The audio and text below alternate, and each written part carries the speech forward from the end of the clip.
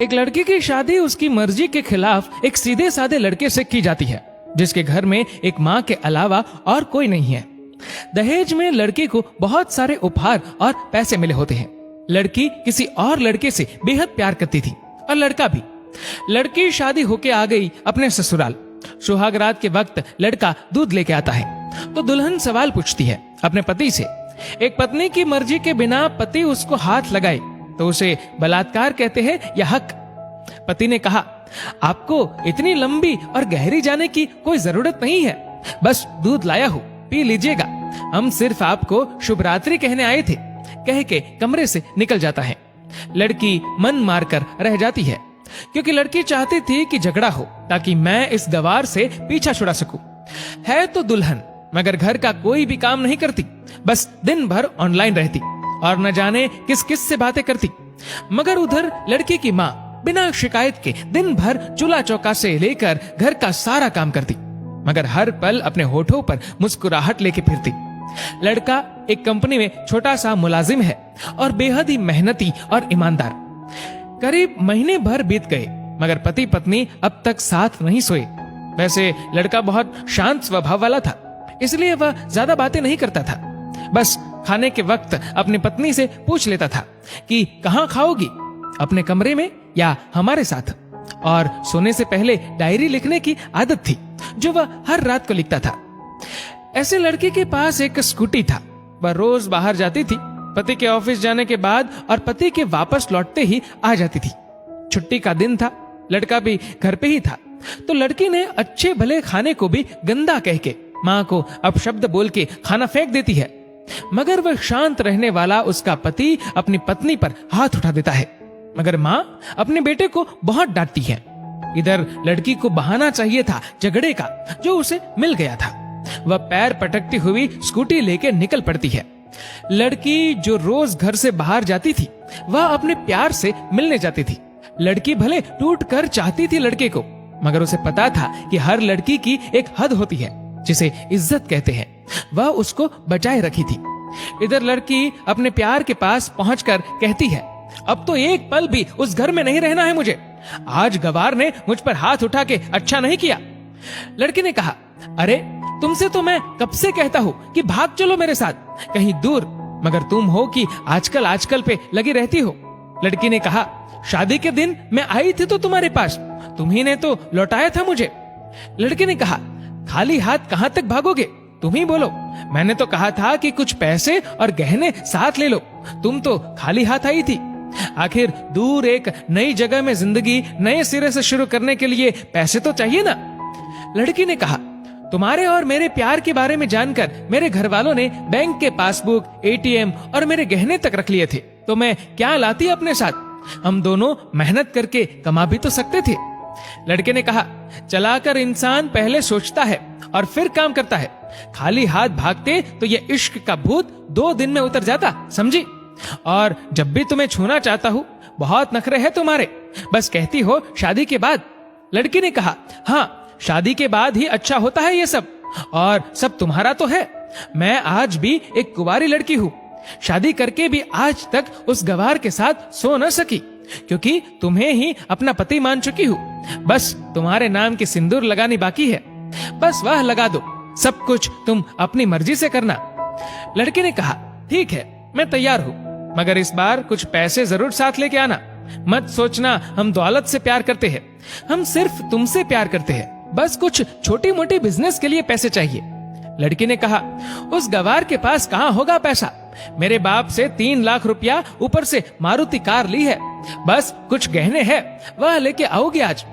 लड़का लड़की को होटल का पता देकर चला जाता है। लड़की घर आके फिर से लड़ाई करती है, मगर अफसोस वह अकेली चिल्लाती रहती है, उससे लड़ने वाला कोई नहीं था।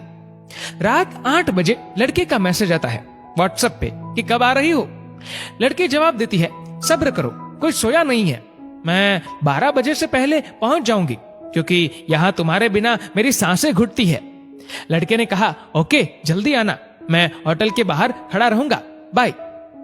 लड़की अपने पति को बोल देती है कि मुझे खाना नहीं चाहिए, मैंने बाहर खा लिया है, इसलिए मुझे कोई परेशान न करे। इतना कह के दरवाजा बंद करके अंदर आती है। कि पति बोलता है कि वह अलमारी से मेरी डायरी दे दो, फिर बंद करना दरवाजा, हम परेशान नहीं करेंगे। लड़की दरवाजे खोले बिना कहती है कि चाबियां दो अलमारी की। लड़के ने कहा, तुम्हारे बिस्तर के पैरों तले है चाबी। मगर लड़की दरवाजा नहीं खोलती, बल्कि जोर जोर से गाना सुनने लगती है। बाहर पति कुछ देर दरवाजा पीटता है, फिर हार कर लौट जाता है। लड़की ने बड़े जोर से गाना बजा रखा था। फिर वह अलमारी खोल के देखती है, जो उसने पहली बार खोला था, क्योंकि वह अपना सामान अलग अलमारी में रखती थी। अलमारी खोलते ही हैरान रह जाती है। अलमारी में उसके अपने पासबुक, एटीएम कार्ड थे, जो उसके घर वालों ने छीन के रखे थे। खोल के चेक किया तो उसमें वह पैसे भी ऐड थे जो दहेज में लड़के को मिले थे, और बहुत सारे गहने भी जो एक पेपर के साथ थे, और उसकी मिल्कियत लड़की के नाम थी। लड़की बेहद हैरान और परेशान थी। फिर उसकी नजर डायरी में पड़ती है, और वह जल्दी से वह डायरी निकाल के पढ़ने लगती है। लिखा था, तुम्हारे पापा ने एक दिन मेरी माँ की जान बचाई थी, अपना खून देकर। मैं अपनी माँ से बेहद प्यार करता हूँ, इसलिए मैंने झुककर आपके पापा को प्रणाम करके कहा कि आपका यह अनमोल एहसान कभी नहीं भूलूंगा। कुछ दिन बाद आपके पापा हमारे घर आए, हमारे तुम्हारे रिश्ते की बात लेकर, लेकिन उन्होंने आपकी हर बात बताई हमें कि आप एक लड़के से बेहद प्यार करती हो। आपके पापा आपकी खुशी चाहते थे, इसलिए वह पहले लड़के को जानना चाहते थे। आखिर आप अपने पापा की प्रिंसेस जो थी, और हर बाप अपने प्रिंसेस के लिए एक अच्छा ईमानदार प्रिंस चाहता है। आपके पापा ने खोज करके पता लगाया कि वह लड़का बहुत सी लड़की को धोखा दे चुका है, और पहली शादी भी हो चुकी है, पर आपको बता न सके, क्योंकि उन्हें पता था कि ये जो इश्क का नशा है, वह हमेशा अपनों को गैर और गैर को अपना समझता है। एक बाप के मुंह से एक बेटी की कहानी सुनकर मैं अचंभित हो गया। हर बाप यहाँ तक शायद ही सोचे। मुझे यकीन हो गया था कि एक अच्छा पति होने का सम्मान मिले न मिले, मगर एक दामाद होने की इज्जत मैं हमेशा पा सकता हूँ। मुझे दहेज में मिले सारे पैसे मैंने तुम्हारे अकाउंट में जमा कर दिए हैं, और तुम्हारे घर से मिली गाड़ी आज भी तुम्हारे घर पे है, जो मैंने इसलिए भेजी ताकि जब तुम्हें मुझसे प्यार हो जाए तो साथ चलेंगे कहीं दूर घूमने। रही बात दहेज की, दहेज इस नाम से नफरत है मुझे, क्योंकि मैंने इस दहेज में अपनी बहन और बाप को खोया है। मेरे बाप के अंतिम शब्द भी यही थे कि किसी बेटी के बाप से कभी 1 रुपया न लेना, मर्द हो तो कमा के खिलाना, तुम आजाद हो, कहीं भी जा सकती हो। डायरी के बीच पन्नों पर तलाक की पेपर है, जहां मैंने पहले ही साइन कर दिया है। जब तुम्हें लगे कि अब इस गवार के साथ नहीं रहना है, तो साइन करके कहीं भी अपनी सारी चीजें लेके जा सकती हो। लड़की हैरान थी, परेशान थी। न चाहते हुए भी गवार के शब्दों ने दिल को छुआ था। न चाहते हुए भी गवार के अनदेखे प्यार को महसूस करके पलकें नम हुई थी। आगे लिखा था, मैंने तुम्हें इसलिए मारा क्योंकि आपने माँ को गाली दी, और जो बेटा खुद के आगे माँ की बेइज्जती होते सहन कर पाए, फिर वह बेटा कैसा? कल आपके भी बच्चे होंगे, चाहे किसी के साथ भी हो, तब महसूस होगी माँ की महानता और प्यार। आपको दुल्हन बना के हम सफर बनाने लाया हूँ, जबरदस्ती करने नहीं। जब प्यार हो जाए तो भरपूर वसूल कर लूंगा आपसे।